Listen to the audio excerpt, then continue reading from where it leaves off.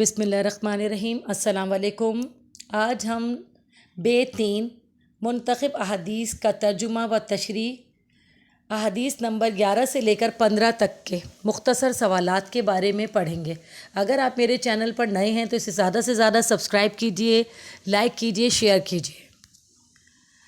مندرجہ ذیل سوالات کے مختصراً جوابات لکھیے۔ سوال نمبر 1 ہے ہمارے پاس، حسن اخلاق سے کیا مراد ہے؟ تحریر کریں۔ جواب: زندگی گزارنے میں دین کے اصول و ضوابط کو بجا لانا، اوروں کو تکلیف دینے کے بجائے ان سے اچھا برتاؤ کرنا، خندہ پیشانی سے پیش آنا اور ان کی مالی مدد کرتے ہوئے اپنی ذمہ داریاں خوش اسلوبی سے سر انجام دیں تو یہ حسن اخلاق کہلاتا ہے۔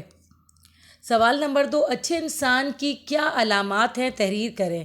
اچھے انسان کی سب سے بڑی علامت یہ ہے کہ وہ لوگوں کو نفع دے، نہ صرف انسانوں کو بلکہ اللہ کی بنائی گئی تمام مخلوق، چرند پرند، حشرات اور ہر ایک کو نفع پہنچائے، ان کو تکلیف نہ پہنچائے، ان کے کھانے پینے اور دیگر سہولیات کا انتظام کرے، انسانوں میں مذہب کے لحاظ سے کوئی تفریق نہ کرے، ہر مذہب کے لوگوں کے ساتھ ایک جیسا رویہ ہو اور ان کی تکلیفوں کو دور کرے۔ نمبر 3، رشوت کسے کہتے ہیں؟ تحریر کریں۔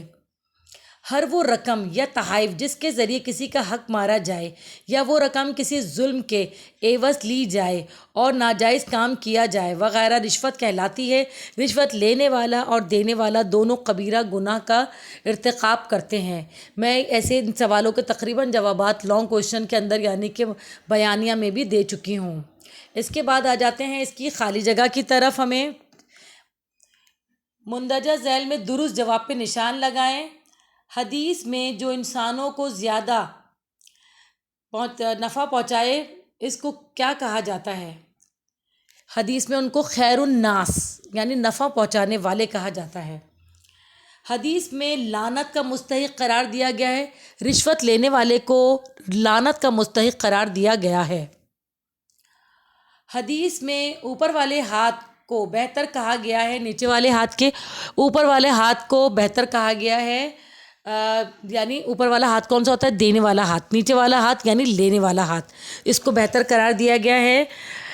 اس کو زیادہ سے زیادہ سبسکرائب کیجئے، شیئر کیجئے، لائک کیجئے، ان تک پہنچائیں جو ابھی تک اسلامیات کی نئی بک کے ساتھ انڈرسٹینڈ نہیں کر سکیں یا ٹیچرز اویلیبل نہیں ہیں، تو اسے کوشش کیجئے ان تک پہنچائیے۔ اپنا بہت بہت خیال رکھیے گا۔ اللہ حافظ۔